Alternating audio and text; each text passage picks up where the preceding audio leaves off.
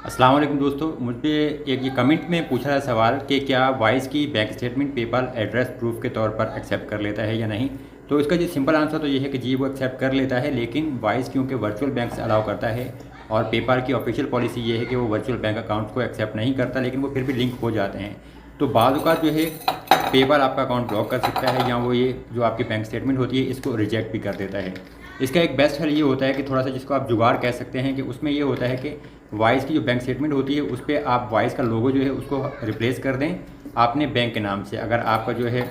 community federal bank है तो आप वहाँ पे कम्युनिटी फेडरल बैंक का लोगो लगा दीजिए, और या फिर जो आपके पास